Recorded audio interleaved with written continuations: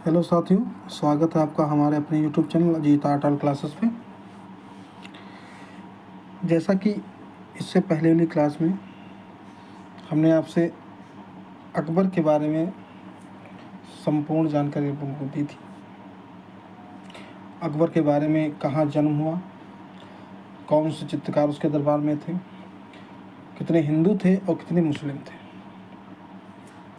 ठीक है, और कितनी चित्रशालाओं को उन्होंने बनवाया, कितनी पुस्तकालय कहाँ कहाँ पे बनवाया, इसके बारे में हमने चर्चा की थी पिछली वाली क्लास में। आज की जो चैप्टर है आपके सामने मीर सैयद अली, वो हमने पिछली वाली क्लास में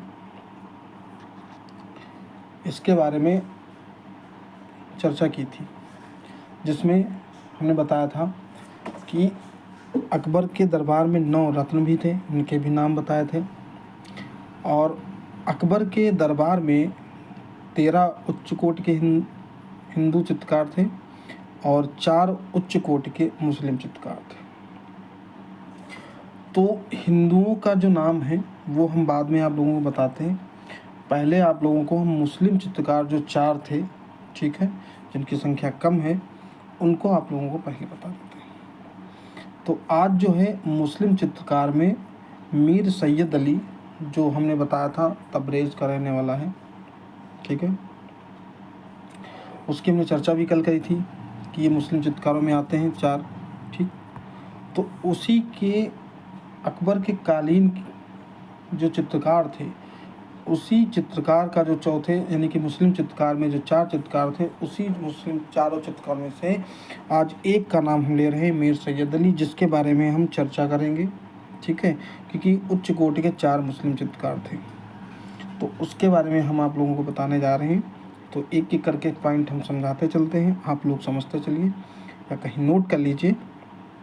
आइए हम देखते हैं का क्या नाम है, कहाँ पे इसका कैसे हुआ।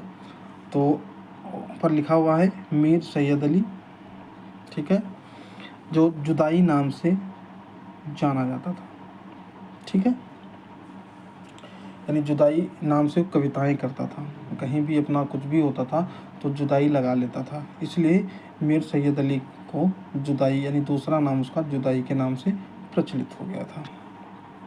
अब बात करते हैं नंबर 1 पॉइंट की। एक चीज़ और बताएंगे कि यह जो था सफ़वी शैली का फ़ारसी चित्रकार था, एक सफ़वी शैली चलती थी, उसका जो है फ़ारसी चित्रकार था। अब हम देखते हैं नंबर 1 पॉइंट पे। तो नंबर 1 पॉइंट पे है, इसमें लिखा गया है अकबर काल के प्रमुख चित्रकार मीर मुसव्विर दरबारी कलाकार थे, ठीक है। नंबर 2 पे लिखा है मीर सैयद का फ़ारसी उस्ताद बेहजाद था, यानी इसका जो गुरु था, ठीक है, मीर सैयद अली का जो गुरु था उसका नाम बेहजाद था, ठीक है। उस्ताद यानी इसको कहते हैं गुरु को, तो मीर सैयद का जो फ़ारसी उस्ताद था वो बेहजाद था। ये भी एक चित्रकार रहा है, बहुत ही पहले का, हमने बता चुके हैं, ईरानी शैली के अंतर्गत, ठीक है। तो मीर सैयद अली बाद में है, तो जो इसका गुरु था उसके गुरु का नाम था बेहजाद।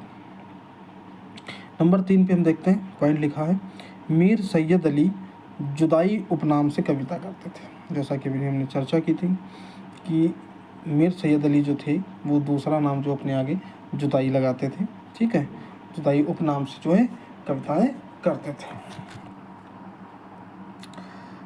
आगे हम देखते हैं नंबर 4 पे पॉइंट लिखा गया है, ठीक है, मीर सैयद अली ने चित्रकला तथा लिपि लेखन कला का उत्तम अभ्यास कर लिया था, जिसका प्रमाण हमें इनके ग्रंथ काजी अहमद में मिलता है। जो मीर सैयद अली यानी कि चित्रकार जो था, इसको चित्रकला के साथ साथ यानी कि चित्रकारी तो आती ही थी, उसके साथ साथ ही लिपि लेखन कला यानी कि लिपि का जो लिखावट की कला थी उसको भी बहुत ही अच्छे से यानी कि बहुत उत्तम अच्छा अभ्यास कर लिया था, जिसका प्रमाण हमें इनके ग्रंथ काजी अहमद में मिलता है। यानी कि जो इसका ग्रंथ इसका द्वारा लिखा गया है, इसका काजी अहमद जिसका नाम है, उसमें इसका वर्णन मिलता है। नंबर 5 पॉइंट देखेंगे तो लिखा गया है यह कलाकार 1550 ईस्वी में हुमायूं के साथ काबुल आया था।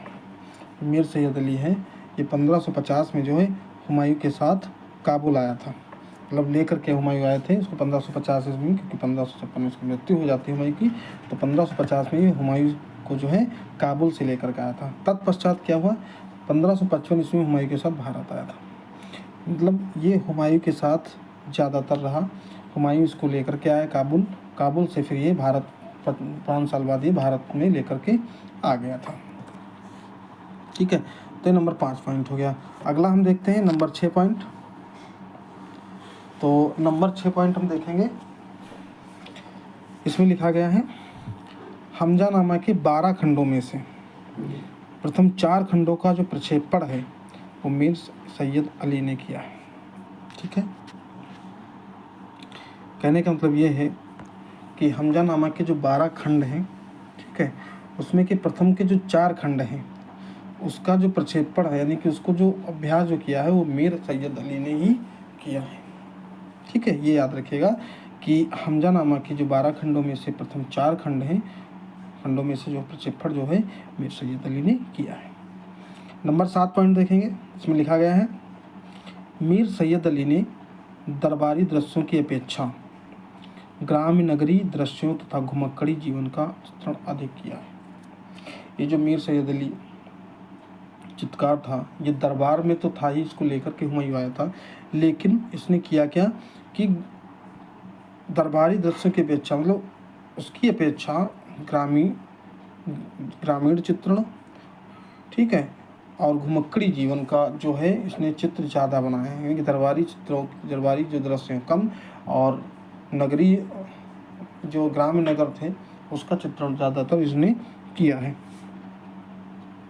नंबर 8 पॉइंट देखेंगे, हमजानामा में इसके पर्यवेक्षण में चित्र ईरानी शैली में ही बने हैं। ठीक है, कहने का मतलब ये है कि हमजानामा में इसके प्रक्षेपण, ठीक है, पर्यवेक्षण में चित्र जो हैं इसके ईरानी शैली में ही बने। ईरानी शैली में जिस तरीके का प्रभाव था, जिस तरीके की शैली चल रही थी, उस तरीके का जो है हमजानामा में इसके पर्यवेक्षण में चित्र ईरानी शैली में बने। ये तो इसके बारे में चर्चा हो गई मीर सैयद अली के बारे में। अब हम अगर बात करते हैं इसने कौन कौन से चित्र बनाए हैं, तो उसके बारे में हम देख लेते हैं कौन कौन से इसने अपने समय में ज़्यादा अच्छे बनाए। तो पहला जो चित्र, प्रमुख चित्रों में एक हेडिंग पड़ी है, उसके आगे एक पॉइंट लिखा है लैला के सामने जंजीरों से बंधा मजनू। ठीक है, ये मीर सैयद अली का प्रथम चित्र यानी कहा जा सकता है, यानी कि उत्तम चित्रों में से लिया गया है। तो लैला के सामने जंजीरों से बंधा मजनू पहला चित्र। दूसरा देखते हैं मजनू का जन्म। ठीक है, तीसरा हम देखते हैं गौ वध करते जहाग, यानी जिसको हम कसाई के नाम से जानते हैं।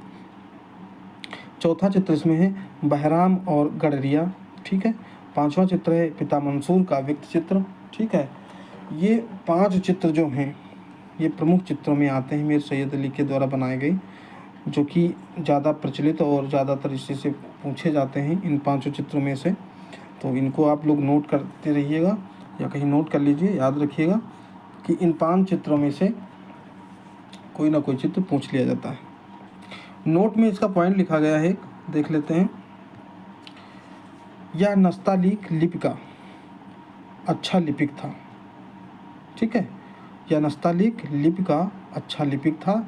इसे हुमायूं द्वारा नादिर उल मुल्क, यानी कि जब हुमायूं के साथ ही आया था, नादिर उल मुल्क मतलब हिंदी में इसको कहते हैं दुनिया का आश्चर्य, उसने उसको उपाधि दी थी। हुमायूं के द्वारा ये जो है नादिर उल मुल्क की इसको उपाधि मिल गई थी। ठीक है, तभी से इसको नादिर उल मुल्क के नाम से जाना जाने लगा था। तो ये थी आपकी मीर सैयद अली, यानी कि अकबर कालीन, यानी पहले तो हुमायूं लेकर के आया था, लेकिन अकबर कालीन के जो मुस्लिम चित्रकारों में से हैं तो प्रथम नाम इन्हीं का आता है। सर्वश्रेष्ठ यानी उत्तम उच्च कोटि के जो चित्रकार थे मुस्लिम चित्रकारों में, तो मीर सैयद अली प्रथम माने जाते हैं, जिनके बारे में आप लोगों को हम एक एक करके पॉइंट बता दिए।